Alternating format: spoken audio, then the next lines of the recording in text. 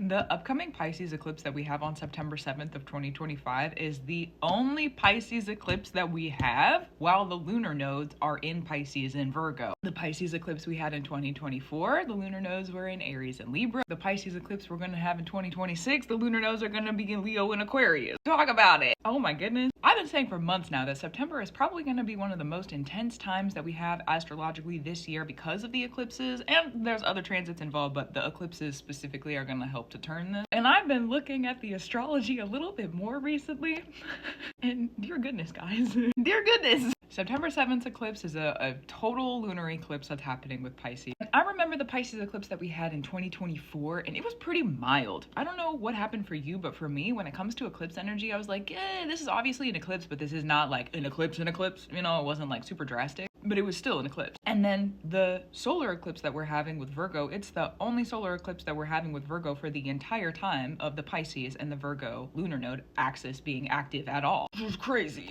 So do yourself a favor, okay? We're gonna talk about a little bit of homework. Check out your 12th house.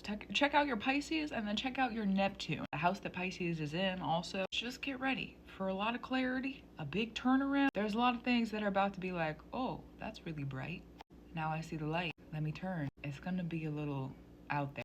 I mean, I don't know if out there is even the right word. It's gonna be a little bit of that. You see how wide my eyes are? Oh my God. There's some things for us to realize. And in realizing such, we'll be able to make the transitions that we're asking ourselves to make. Pisces has a lot to do with sacrifice and transition. So because Neptune is going to be retrograde for the upcoming eclipse, we're probably going to get a realization of all the sacrifices that we have made so far. What have you sacrificed? Let's remember that the lunar nodes are 18.5-year cycles. So it could be for 18.5 years, what have you sacrificed? What has paved the way for you to go forward and do something different? It could be a 9-year stance when we had the South Node in Pisces and we had that start. So you could look back at that South Node in Pisces as well. If you're looking at a little bit shorter term, you also might want to look at your North Node in your chart, how you relate to it, where it is, what house is it in, what is it ruled by, because the eclipse that's in Pisces that's coming up is ruled by that North Node that's going to be in Pisces. If you have anything with that North Node that you have sacrificed for, probably you're going to get the bigger picture of why those sacrifices have been made, what has been paid for, because we're going somewhere else after this eclipse. We still have another eclipse in Pisces coming up in 2026. August 28th of 2026.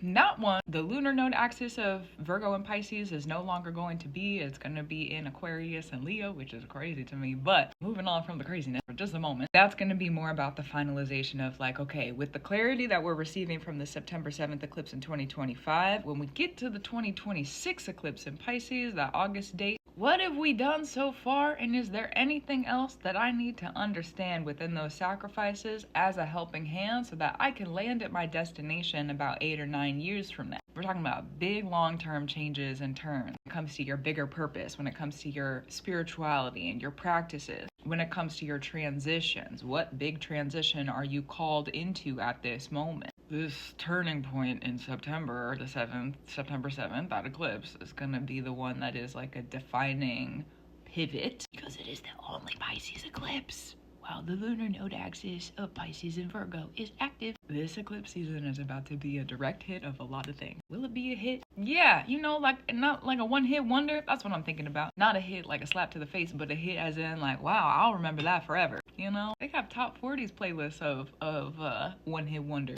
That's the thing. This upcoming eclipse season is going to be on that list.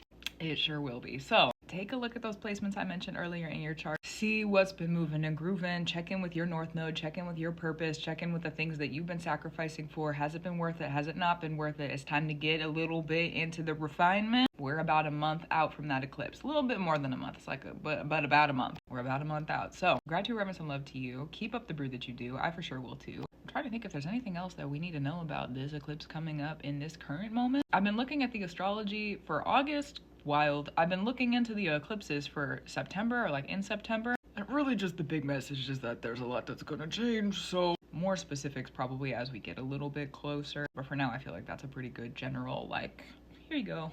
Go sit with that for a second. We'll work on specifics later. So with that being said, I'll talk to you soon. Also true.